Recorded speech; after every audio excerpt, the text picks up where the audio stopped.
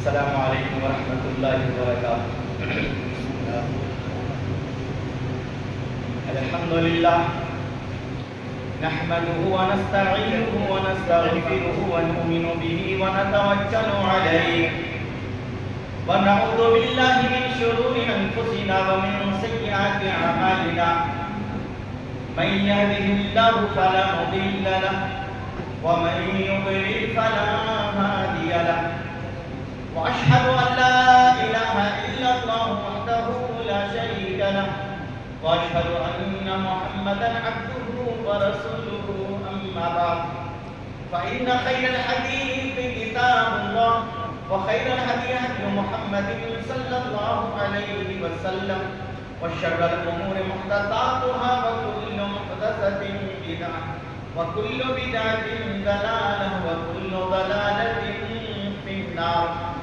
فقد قال الله عز وجل في القرآن المجيد: أعوذ بالله من الشيطان الرجيم، بسم الله الرحمن الرحيم، إنا أعطيناك الكوثر فصل لربك وانحر إن شانئك هو الأبتر۔ وقال الله عز وجل في موضع آخر: أعوذ بالله من الشيطان الرجيم، وأن المساجد لله فلا تدعوا مع الله أحدا۔ محترم حاضرین، قلت وقت کے سبب یہ بات اظہر من الشمس ہے کہ طویل گفتگو کسی بھی حال میں مناسب نہیں ہے، یعنی یہ کوئی جلسہ نہیں ہے بلکہ ایک عظیم کار خیر کی طرف لوگوں کی توجہ مبذول کرانے کے لیے چھوٹی سی مختصر سی مگر نہایت دلچسپ اور بہت ہی کارآمد ایک نشست ہے۔ اس پروگرام اور اس نشست کے ذریعے سے بہتوں کی آخرت سنوارنے کا خیال ہے، کیونکہ روئے زمین پر کام تو انیک ہیں جس سے انسان کی زندگی بنتی ہے اور آخرت بھی سنورتی ہے، مگر یہ ان تمام کاموں سے جدا اور الگ سب سے بہترین کام، کیونکہ جہاں ہم اللہ کا گھر بنانے کا عزم رکھتے ہیں تو ظاہر ہے کہ اب اس سے بڑھ کے کوئی کام ہو ہی نہیں سکتا۔ گفتگو ساری ہو چکی، مسجدوں کے بنانے کے فائدے، ثمرات، اس کے ثواب سے متعلق گفتگو ہوئی۔ مسجدوں کے سلسلے میں اللہ کے نبی صلی اللہ علیہ وسلم نے چندے کا اعلان کیا تو کس طرح چندے کی برسات ہوئی، اس پر بھی گفتگو ہوئی۔ ہم تھوڑی سی گفتگو کو دوسرا رخ دیتے ہیں کہ یہ کتنا اہم کام ہونے جا رہا ہے۔ قیامت تو آنی ہے، یقیناً آئے گی، اور وہ اپنے وقت میں منعقد ہوگی۔ قیامت کے دن پروردگار عالم حساب و کتاب لے گا۔ سب سے پہلا سوال کیا ہوگا؟ سب سے پہلا حساب کیا ہوگا؟ سب سے پہلی بات جو پوچھی جائے گی وہ کیا ہوگی؟ آئیے ہم حدیثوں کے حوالے سے بات کرتے ہیں۔ اللہ کے نبی صلی اللہ علیہ وسلم ارشاد فرماتے ہیں: اول ما يحاسب به العبد يوم القیامة الصلاة۔ مختلف الفاظ کے ساتھ یہ حدیث مختلف حدیثوں کی کتاب میں منتشر ہے۔ اول ما يحاسب به الناس اعمالهم،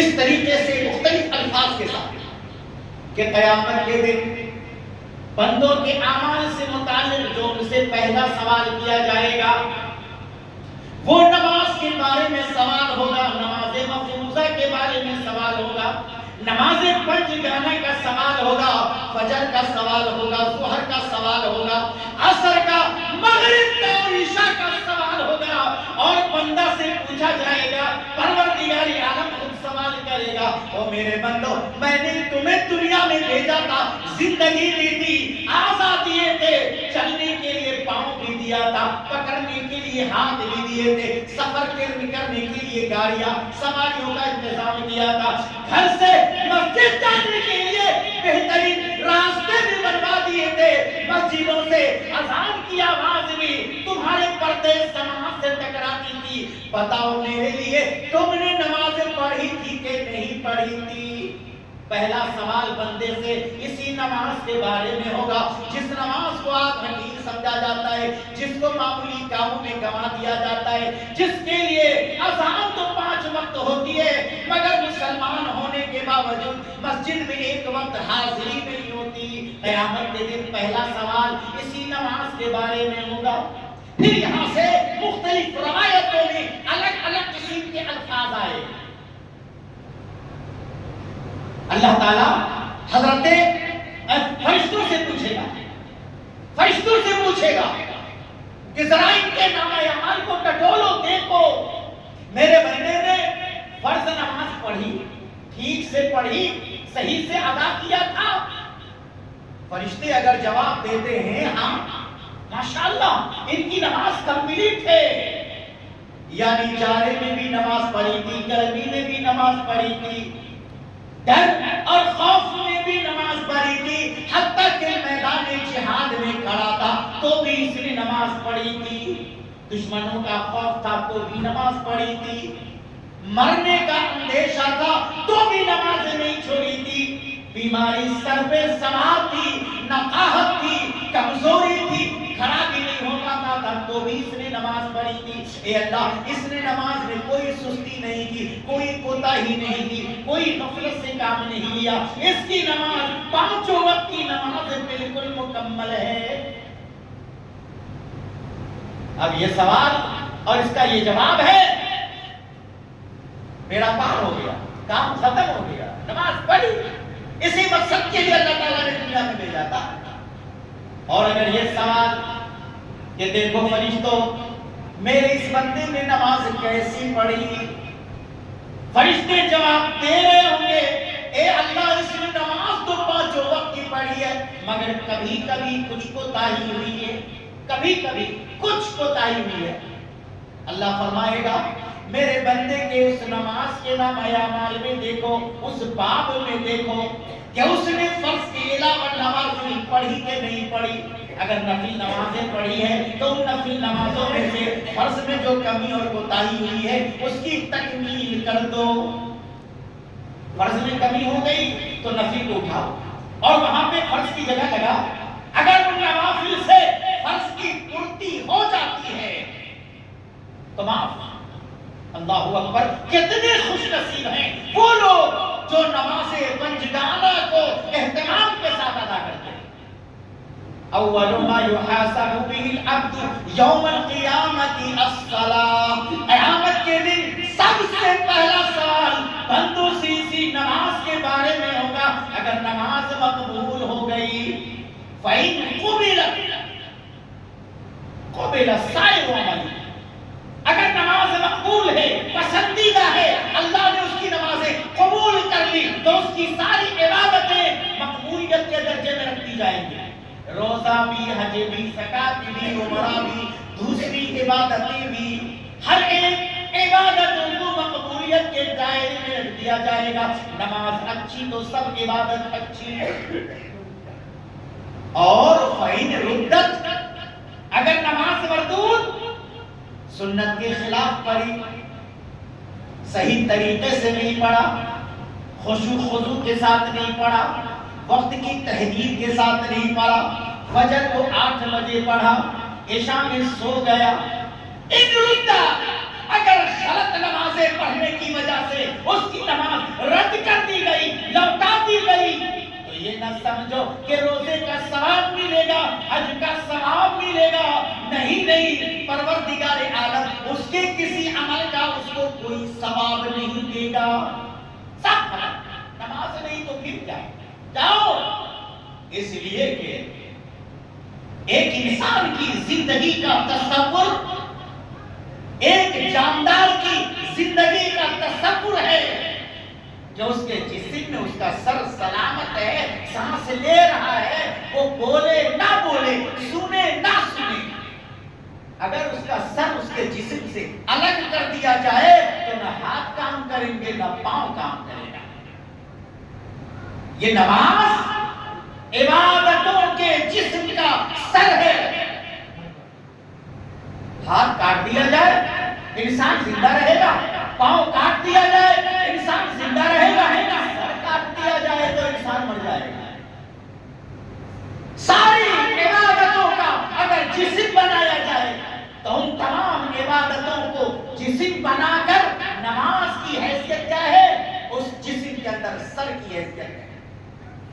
نماز کٹ گئی، نماز ختم ہو گئی تو روزہ، حج، زکات، تلاوت، جو عبادت آپ نے کی سب مردہ، بے جان، بیکار، بے فائدہ، بے مقصد، بے غرض۔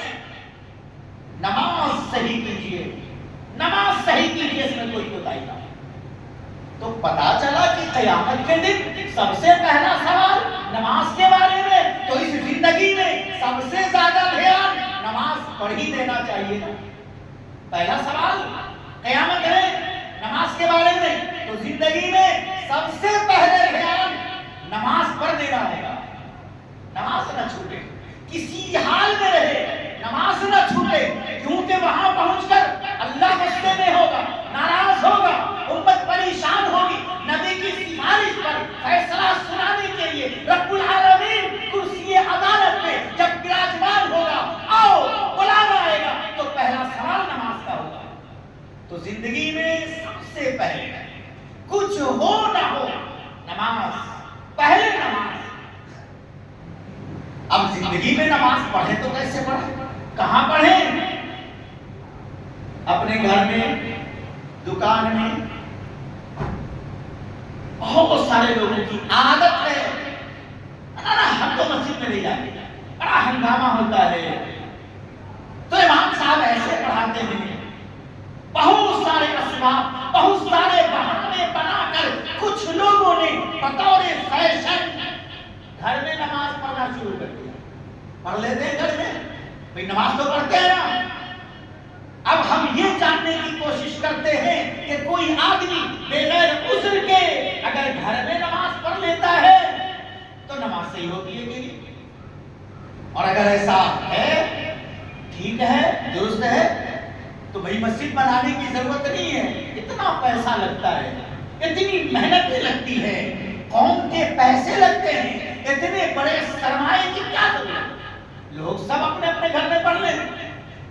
جس طریقے سے اس امت کا، اس قوم کا کوئی فرد اپنے گھر میں نماز پڑھ لے، اس کی نماز ہو جائے تو دوسرے کی نماز کیوں نہیں ہوگی؟ اور جب دوسرے کی ہوگی تو تیسرے کی بھی ہو جائے گی۔ الغرض سب کی نماز اپنے اپنے گھر میں ہو جائے گی تو مسجد کی ضرورت نہیں پڑے گی۔ پیارے نبی صلی اللہ علیہ وسلم عشاء کی نماز میں اپنے گھر سے باہر نکلے، مسجد میں تشریف لائے، حاضری شروع کی۔ پیارے نبی صلی اللہ علیہ وسلم مسجدوں میں حاضری بھی لیتے تھے، نماز میں کون ہے کون نہیں ہے، اگر کوئی نہیں ہے تو انتظار کرتے تھے۔ حاضری میں اگر کوئی غائب حاضر ہے، نہیں پایا گیا، اللہ کے نبی صلی اللہ علیہ وسلم انتظار کرتے تھے، فلاں کو آنے دو، ابھی رک جاؤ۔ آپ نے حاضری لی، عشاء کی نماز میں کچھ لوگ غائب نظر آئے، پتا چلا کہ انہوں نے معمول بنا لیا ہے، وہ اپنے گھروں میں نماز ادا کر لیتے ہیں۔ حالانکہ وہ ایسا دور نہیں تھا کہ اگر کوئی مسجد میں نہ آیا تو اپنے گھر میں نماز نہ پڑھے، کیونکہ اس زمانے میں نماز چھوڑنے کا تصور ہی نہیں تھا، نماز نہ پڑھنے کا سوال ہی پیدا نہیں ہوتا، کیونکہ وہ ایسا زمانہ تھا کہ اس زمانے میں منافقین بھی نماز ادا کرتے تھے۔ آج مسلمان بھی نماز نہیں پڑھتے اور اس زمانے میں منافقین بھی نماز نہیں چھوڑتے تھے، ایسا زمانہ۔ اللہ کے نبی نے کچھ لوگوں کو غائب پایا اور پتا چلا کہ ان کا معمول ہے اکثر اپنے گھروں میں نماز پڑھ لیتے ہیں۔ اللہ کے نبی اس قدر ناراض ہوئے کہ پیارے نبی صلی اللہ علیہ وسلم نے اظہار خیال فرمایا، عرض فرمایا میرا جی چاہتا ہے میرا جی چاہتا ہے کہ میں کسی جوان کو اپنی جگہ آگے بڑھا دوں، مصلی پہ پیش کر دوں، امام کے لیے کھڑا کر دوں، امامت اسے سونپ دوں تاکہ وہ میری جگہ آئے اور نماز پڑھا دے۔ اور میرا جی چاہتا ہے کہ میں مسجد کے باہر جاؤں، ان کے گھروں کو آگ لگا دوں جو مسجد میں نہ آ کر اپنے گھروں میں نماز پڑھ لیتے۔ میرا جی چاہتا ہے کہ ان کے گھروں میں آگ لگا دوں جو اپنے گھر میں پڑھ رہے ہیں اور مسجد میں نہیں آتے۔ اب ذرا سوچی، اللہ کے نبی کا جی چاہتا ہے کہ ان کے گھروں کو آگ لگا دے جو مسجد میں نہیں آتے اور گھر پہ نماز پڑھتے ہیں۔ آپ کیا سمجھتے ہیں کہ نبی نے چاہا وہ کام نہیں ہوا؟ گھروں میں آگ لگ چکی ہے، بربادی شروع ہو چکی ہے۔ یہ ان کے گھر کا حال ہے جو اپنے گھر میں نماز پڑھ لیتے ہیں، اور ان گھروں کا کیا حال ہوگا جن گھروں کے لوگ نماز ہی نہیں پڑھتے، مسجد میں نہیں آتے تو نبی خوش نہیں ہے، ان کے گھروں میں آگ لگ گئی۔ اس کا مطلب کیا ہوا؟ قیامت میں پہلا سوال نماز کے بارے میں، تو زندگی میں سب سے زیادہ دھیان نماز پر دینا ہوگا۔ نماز کہاں پڑھیں؟ اللہ کے نبی فرماتے ہیں گھر میں نماز نہیں ہوگی۔ اگر گھر میں نماز ہو جاتی تو اللہ کے نبی اتنے برہم، اتنے ناراض اور اتنے خفا نہ ہوتے کہ ان کے گھروں کو آگ لگا دے۔ بھلا ایمان والوں کو گھر سمیت کیسے جلایا جا سکتا ہے؟ پیارے نبی رحمت للعالمین گھر میں آگ لگا دیں گے، انسان کو زندہ جلا دیں گے؟ ہو ہی نہیں سکتا۔ اس کا مطلب یہ ہے کہ جو نماز سے دلچسپی نہیں رکھتا وہ مسلمان ہی نہیں ہوتا، اس کو جلایا بھی جا سکتا ہے، اس کو مارا بھی جا سکتا ہے۔ لیکن انسانیت کا تقاضا ہے، اللہ سے سمجھے گا کون جلانے جا رہا ہے؟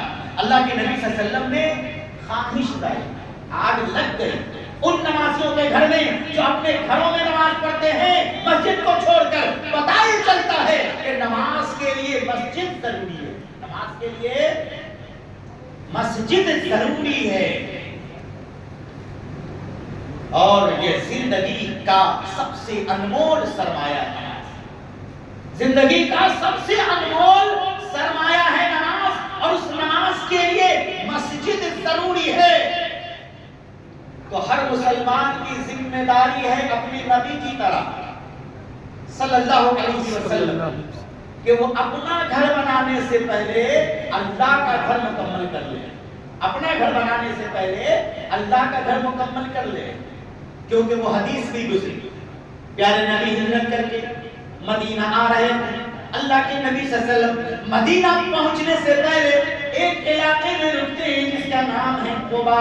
اللہ کے نبی سفر میں تھکے ہارے ہیں، پریشان ہیں، پیدل اور سوار چل کر آئے ہیں، پہاڑوں کے راستے سے آئے ہیں، نشیب و فراز سے آئے ہیں، چوٹیں کھا کر کے آئے ہیں، بھوک مر کر کے آئے ہیں۔ اللہ کے نبی نڈھال ہیں، پریشان ہیں۔ سفر کا تقاضا یہ ہے کہ اللہ کے نبی نیند فرمائیں، اللہ کے نبی آرام کر لیں، مگر آرام کہاں ہے؟ پیارے نبی کو تو فکر ہے کہ نماز کہاں ہوگی، جماعت کہاں ہوگی۔ اللہ کے نبی اس پریشانی میں قبا میں قیام کے دوران سب سے پہلی بنیاد مسجد کی ڈالتے، مسجد بنا دی، آگے بڑھے، مدینہ میں آئے، جہاں اونٹنی بیٹھ گئی، اللہ کے نبی کو وہ جگہ جچ گئی، پسند آ گئی، یہی وہ جگہ ہے جہاں میری مسجد بنے گی۔ اور اللہ کے نبی صلی اللہ علیہ وسلم کی 11 بیویاں تھیں، آپ کو 11 کمرے بنوانے تھے، 11 مکان بنوانا تھا۔ مسلمانوں، ایک شادی کر کے اتنے پریشان رہتے ہو کہ زندگی بھر گھر گھر مکان مکان سوچتے ہو،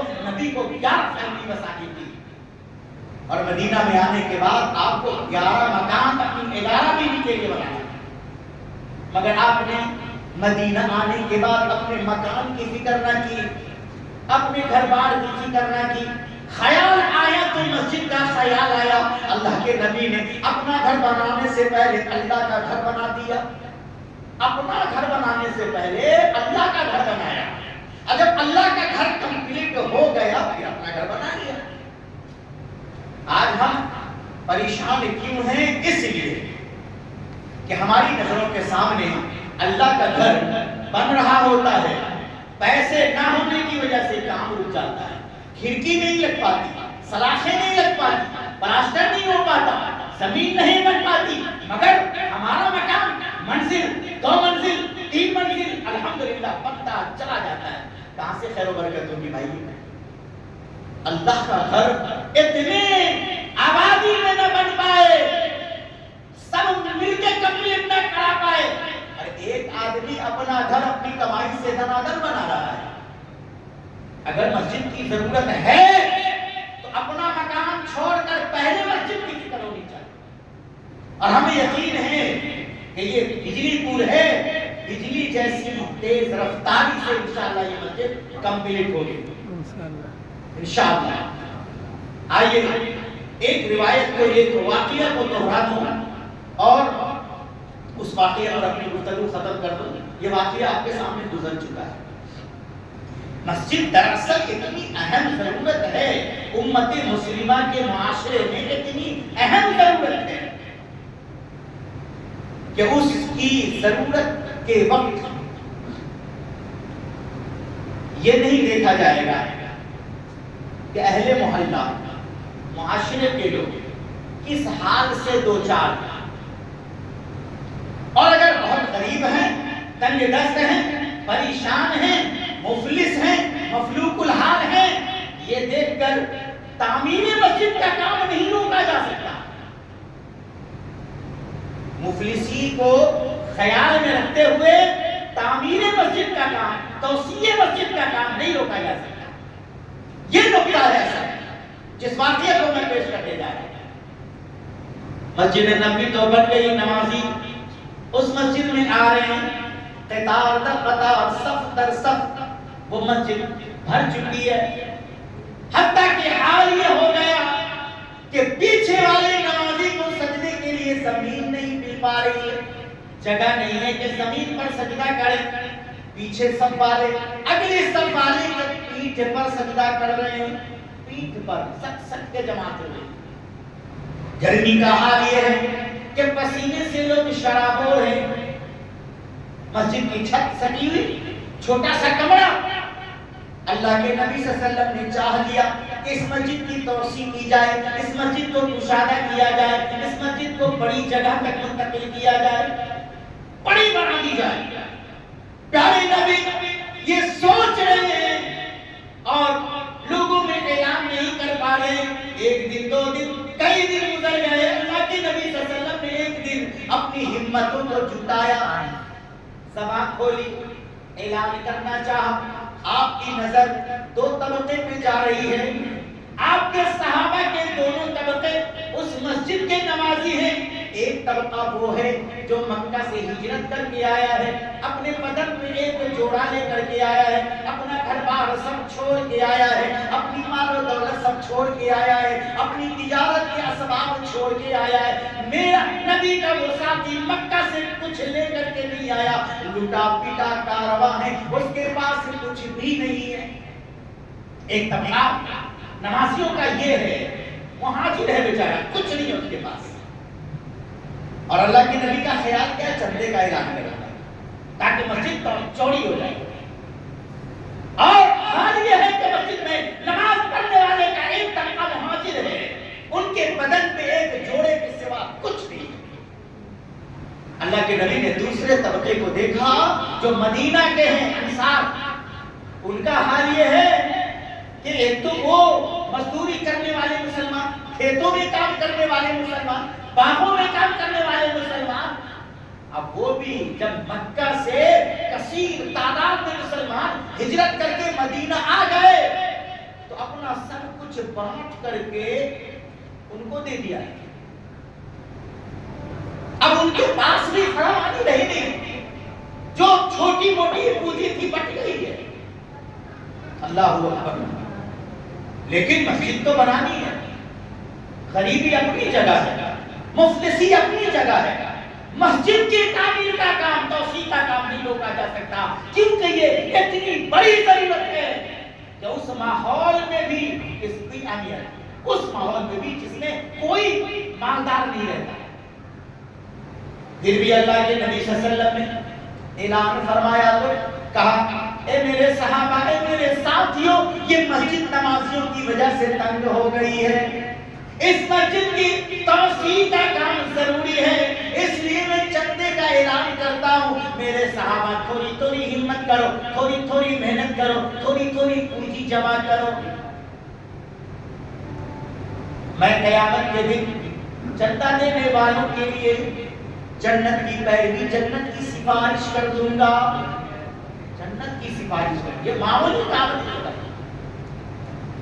ایک طرف تو اللہ کا وعدہ ہے من بنا للہ مسجدا بنى اللہ لہ بیتا فی الجنہ, جس آدمی نے اللہ کے لیے گھر بنا دیا, مسجد بنا دی, اس کا گھر جنت میں کمپلیٹ ہو گیا. ادھر مسجد کی تعمیر مکمل, ادھر جنت میں اس کا گھر تیار. یہ اللہ کی طرف سے اعلان ہے. اور سونے پر سہاگا یہ ہے کہ اللہ کے نبی ایسے شخص کے لیے جنت کی ضمانت دے رہے ہیں, سفارش کر دوں گا. اب پیسے والے دیکھتے ہیں لوگ کتنا دیتے ہیں. اچھا 100 روپے سے اسٹارٹ ہوا ہے تو من بناتے ٹھیک ہے میں 500 دوں گا.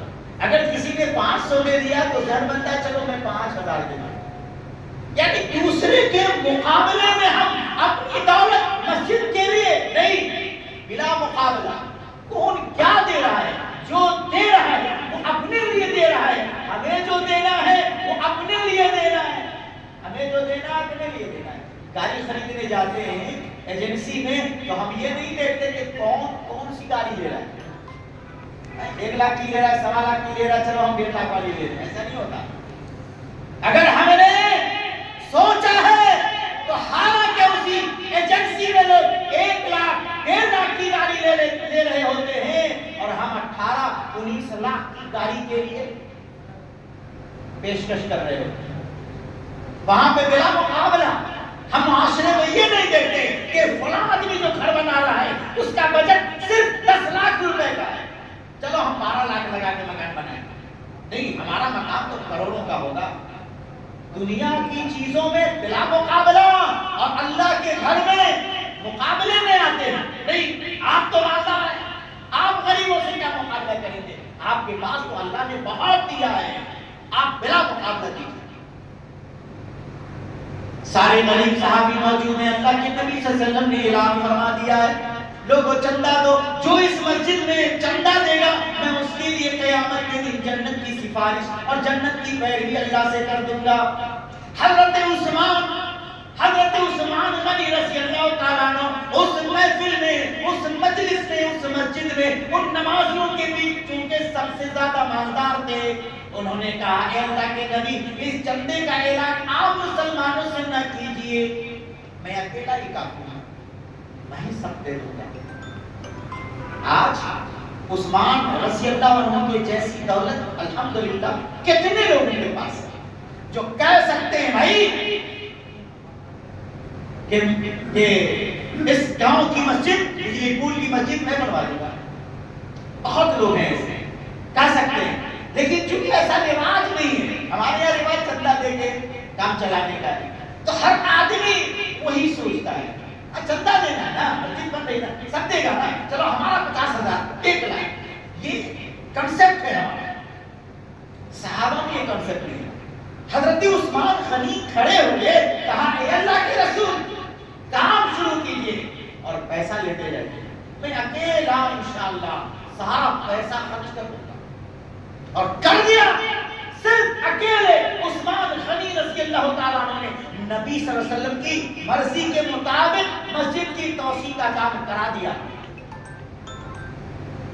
چلیے, دولت تو ہمارے پاس حضرت عثمان غنی سے زیادہ ہے. ضرورت صرف ایک چیز کی ہے کہ ہم اللہ تعالیٰ سے عثمان غنی والا دل مانگیں. وہ دل اگر مل جائے تو مسجد بن جائے گی. ہر آدمی اللہ بیت اللہ شریف سے وہ دل مانگے جو عثمان غنی کے پاس اللہ نے دیا. کیونکہ ہم ہر آدمی کو جانتے ہیں کہ عثمان غنی سے زیادہ پیسہ لے کر بیٹھا ہے, زیادہ کمائی کر کے بیٹھا ہے, زیادہ بینک بیلنس کر کے بیٹھا ہے. عثمان غنی کے پاس کیا ہے؟ کاش وہ دل ہم لوگوں کو مل جائے تو ایک محلے میں ایک مسجد کا بنانا ہے. ہر محلے میں مسجد بنانا آسان ہو جائے, ہر محلے. آئیے میں ایک گزارش اور سفارش کر کے رخصت ہونا چاہتا ہوں. کہ اس مسجد کی تعمیر کا کام بہت پہلے ہو جانا چاہیے تھا، بہت تاخیر ہو رہی ہے۔ بہرحال اس میں اللہ تعالیٰ کی کوئی مصلحت ہوگی، کوئی اس کی مرضی کے بغیر کوئی کام نہیں ہوتا۔ مسجد نہیں تھی